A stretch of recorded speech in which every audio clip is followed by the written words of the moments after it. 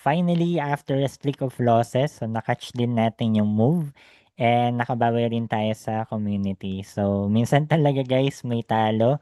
So, normal yan sa trading. Pero ang importante, alam mo kung kailan ka magpo-pause, kailan ka magpapahinga, at kailan ka babawi with the right setup. So, this morning, naka 400 pips tayo and kumita na naman yung mga students natin.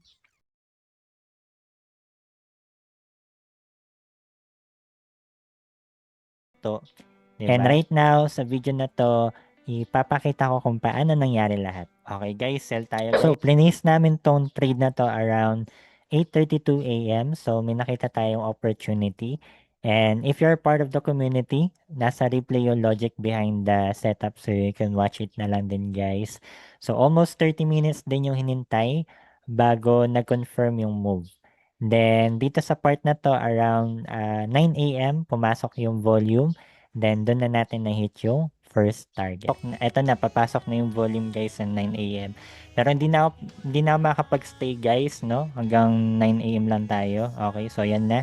Bumagsak na ang gold. Okay, so TP1 guys. Ang bilis.